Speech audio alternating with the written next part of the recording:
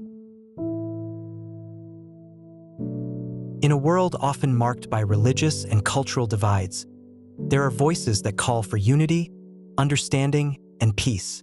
One of those voices belongs to Dr. Edmund Chia, a leading figure in the field of interreligious dialogue. Dr. Chia, a Malaysian-born theologian, has dedicated his life to fostering meaningful conversations among the world's faith traditions. His journey began in Kuala Lumpur, where he grew up in a multi-religious society, a community enriched by the coexistence of Buddhists, Hindus, Christians, and Muslims. Living in Malaysia gave him a front-row seat to the beauty of religious diversity. But he also saw firsthand how misunderstandings and lack of dialogue could create barriers. That experience shaped his belief in the power of interfaith engagement. With this passion ignited, Chia pursued academic excellence. He completed his PhD at the University of Nijmegen in the Netherlands, focusing on theological studies with a deep interest in interreligious dialogue. His academic journey took him across the globe, from teaching at the Catholic Theological Union in Chicago to serving as a coordinator for interreligious dialogue for the Federation of Asian Bishops' Conferences. Now a professor at Australian Catholic University, Chia continues to inspire the next generation of theologians. His students speak of his extraordinary ability to make complex interfaith concepts relatable and his unwavering commitment to the cause.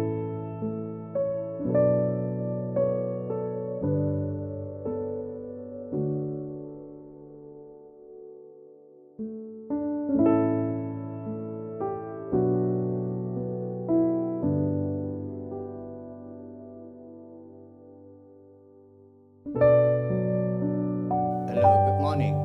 My name is Edmund Chia, come from Australian Catholic University, and I originally come from Malaysia.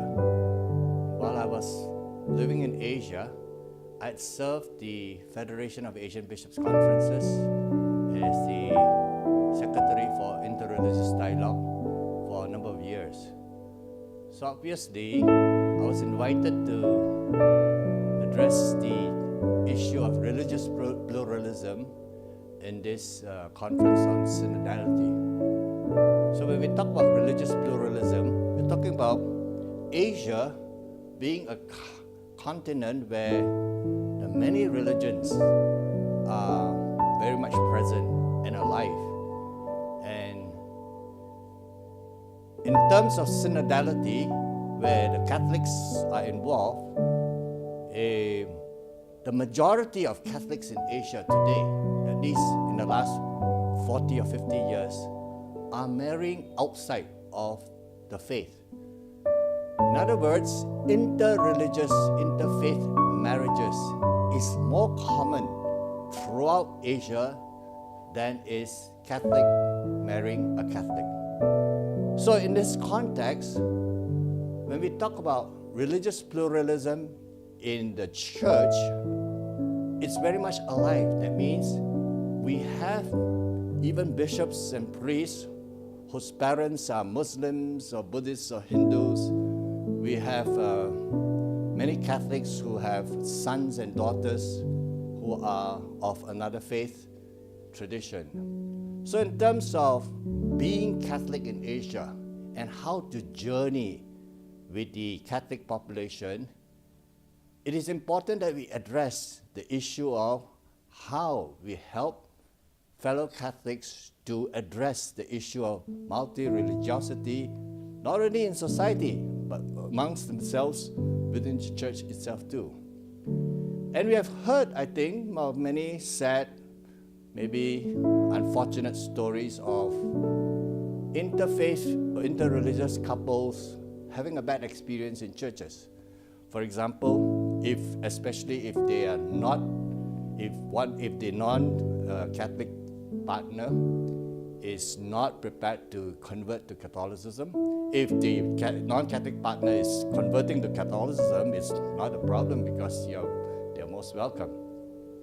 But where the couples choose to remain interreligious even in their marriage, that's where the problem is. And the pastoral processes, pastoral accompaniment for couples like this is not altogether very clear.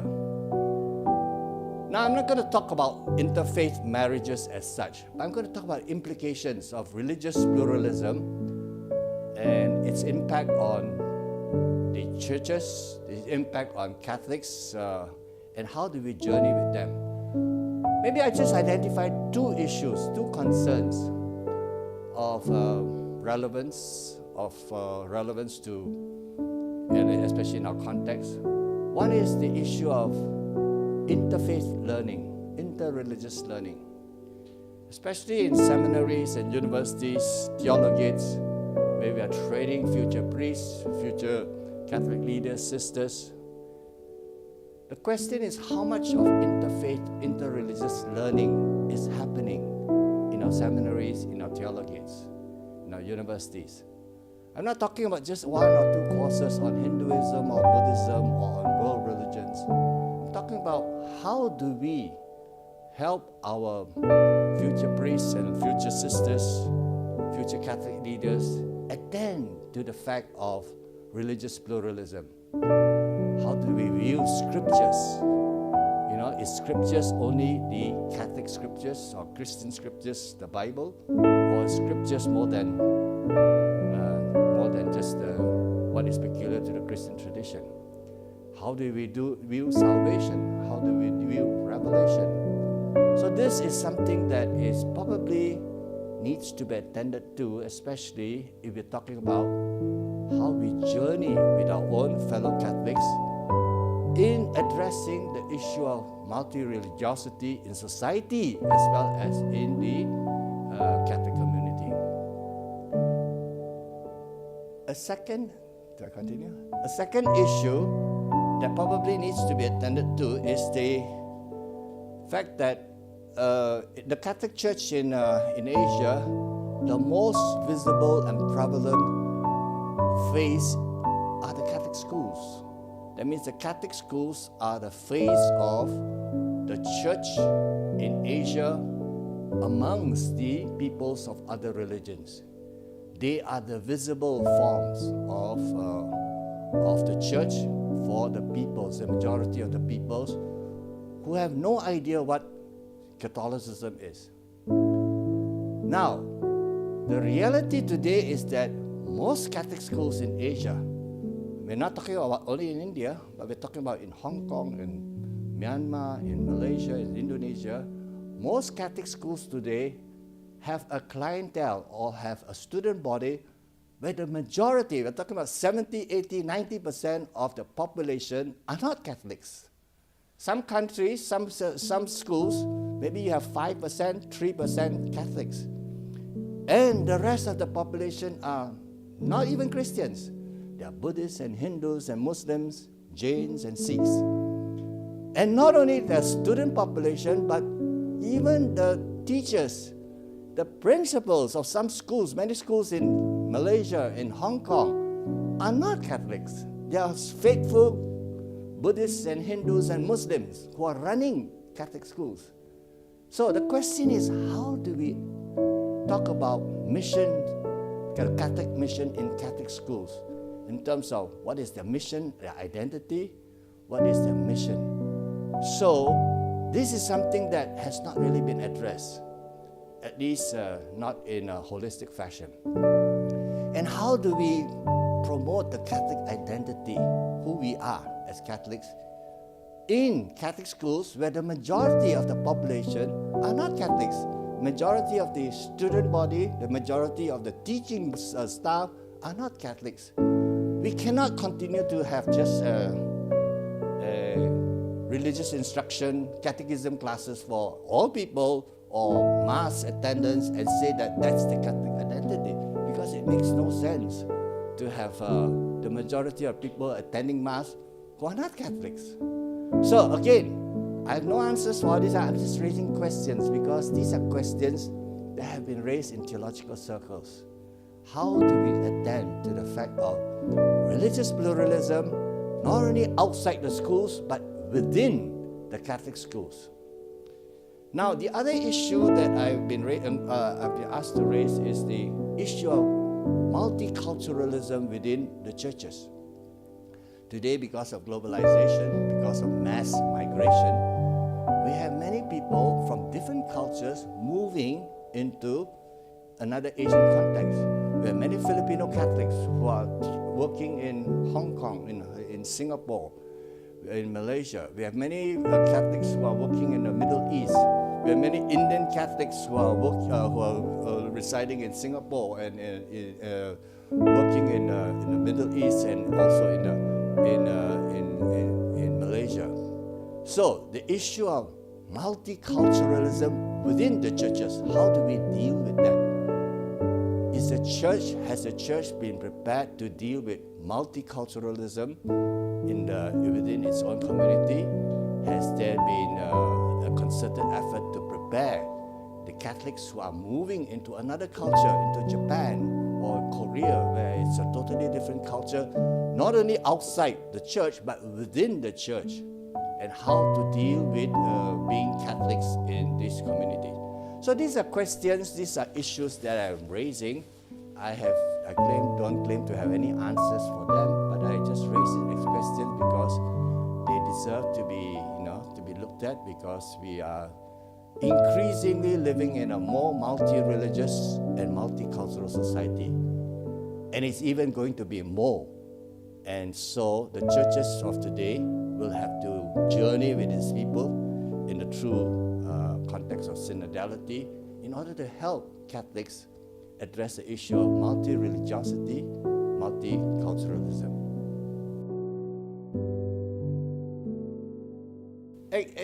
That is exactly what I've been trying to say, It's because of our multi-religiosity, not only outside the church, but also within the church, where I think I would be not too far wrong to say that maybe half the population, or even more than half the population of Catholics who are within, say below, say 40 or 50 years old, are having spouses and family members who are of another religion. We have bishops whose mother is a Muslim, and whose maybe his son and others whose children, whose nieces and nephews are Hindus and Buddhists.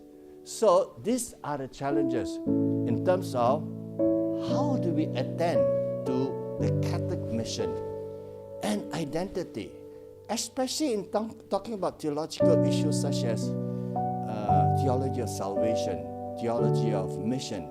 How do we attend to all this?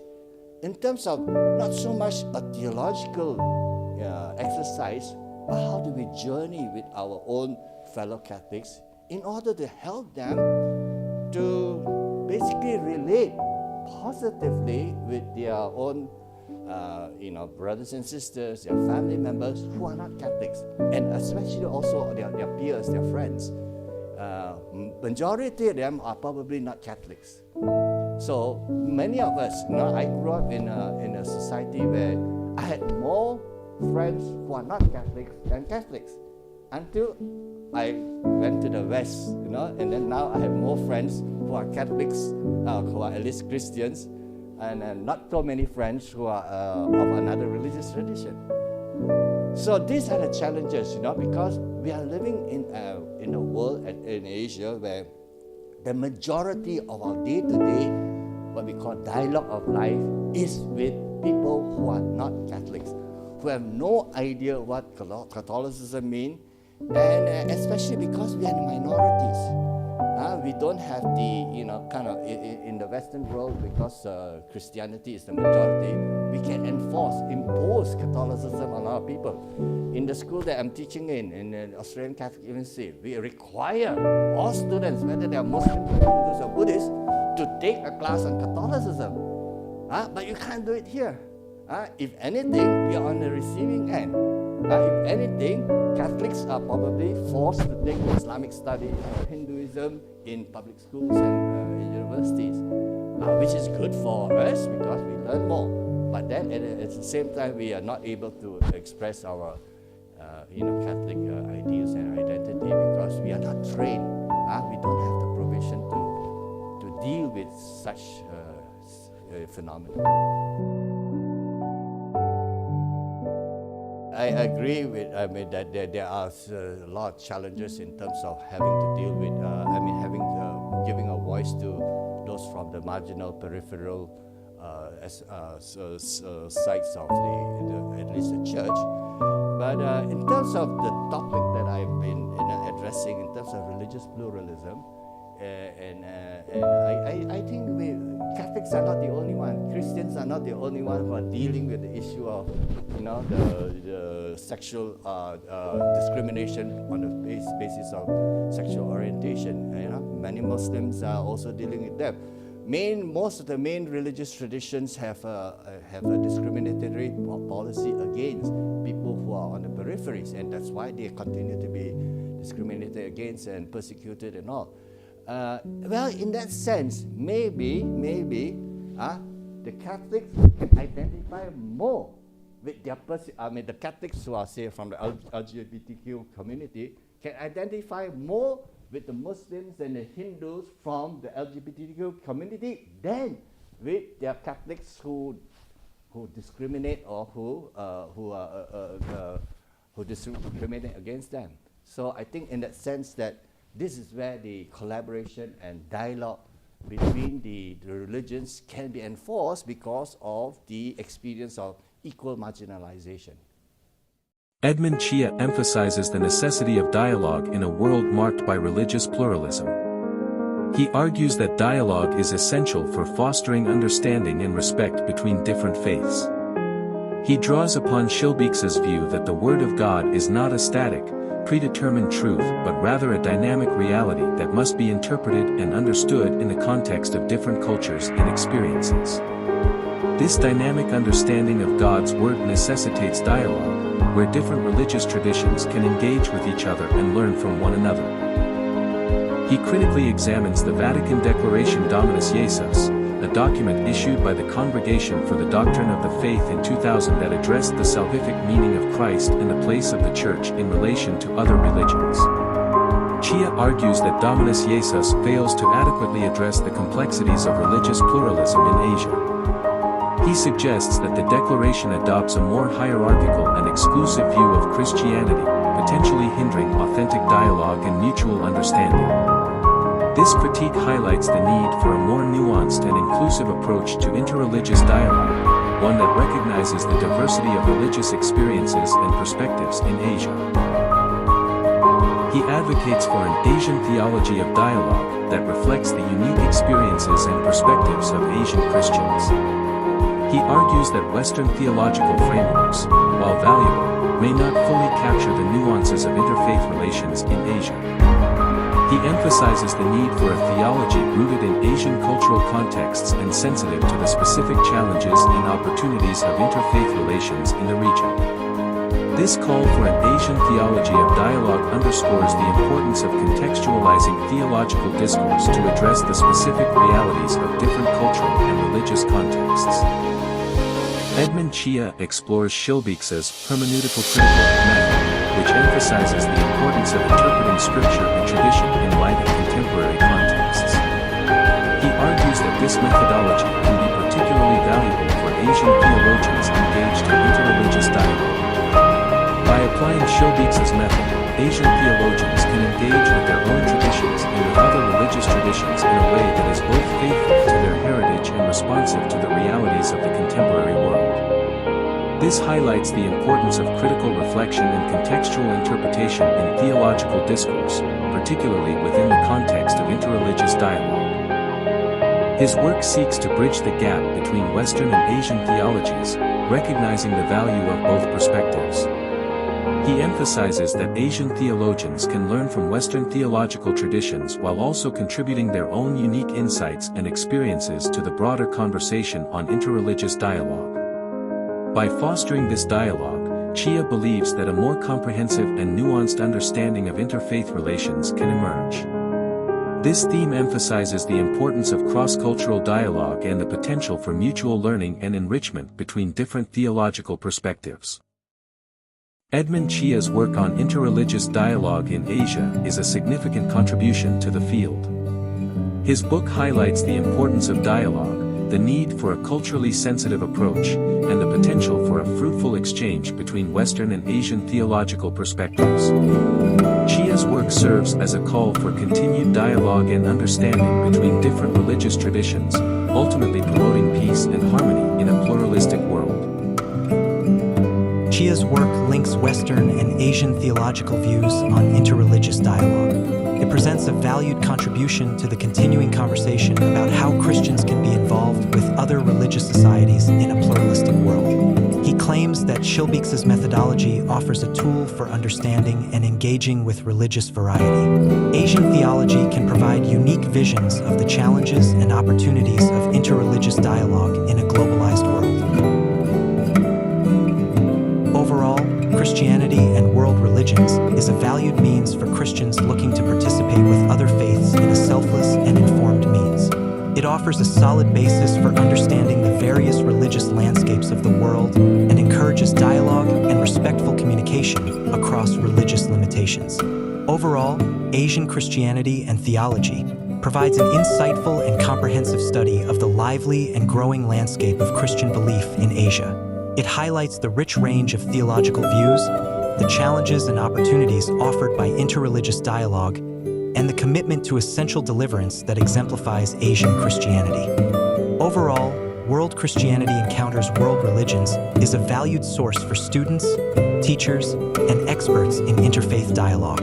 It offers a complete overview of the history, theology, and dialogue, presenting visions into the challenges and opportunities of engaging with religious range in a globalized world. Edmund Kifuk Chia's contributions to interreligious dialogue are significant, particularly in bridging Western and Asian theological perspectives and promoting theological sensitivity and collaboration. However, his work also faces several challenges, including cultural and religious diversity, historical and contextual differences, and communication barriers. Edmund Kifuk Chia has made significant contributions to addressing the challenges in interreligious dialogue through various steps and approaches. Here's how he tackles the challenges mentioned earlier. Chia emphasizes the importance of adopting a dialogical attitude, which involves openness, humility, and a willingness to listen. This attitude is foundational for building trust and mutual respect among diverse religious communities. By promoting a dialogical attitude, Chia encourages individuals to appreciate and respect the cultural and religious diversity present in interreligious dialogue. Chia highlights the importance of personal encounters and friendships in fostering dialogue. He advocates for proactive steps to build relationships with leaders and members of other religious communities. This approach helps to overcome historical grievances and build mutual trust, which is essential for healing past conflicts and moving forward in dialogue. Chia encourages the education of oneself and others about different religious traditions. By organizing educational programs, workshops, and seminars, he promotes mutual understanding and respect for theological differences. This approach helps to dispel misconceptions and prejudices, fostering a more inclusive and respectful dialogue. Chia emphasizes the importance of everyday interactions and cooperation in interreligious dialogue. By encouraging acts of kindness, hospitality, and cooperation with neighbors of different faiths, he helps to bridge language gaps and build a sense of community and shared humanity. This practical approach to dialogue helps to overcome language barriers and fosters effective communication. Chia advocates for a theology of pluralism that recognizes the presence of truth and holiness in other religious traditions. By fostering a spirituality of dialogue, which involves a deep commitment to prayer, reflection, and discernment, he encourages an inner disposition of openness, compassion, and empathy. This spiritual foundation is essential for sustaining the commitment to dialogue and overcoming the challenges that may arise. Edmund Kifuk Chia's contributions to interreligious dialogue are multifaceted and address the various challenges through practical and theological steps. By embracing a dialogical attitude, building relationships, promoting mutual understanding, engaging in dialogue of life, and fostering a spirituality of dialogue, Chia provides a comprehensive framework for overcoming the challenges in interreligious dialogue. His work is crucial for fostering a more inclusive and harmonious theological discourse in the diverse and complex context of interreligious engagement.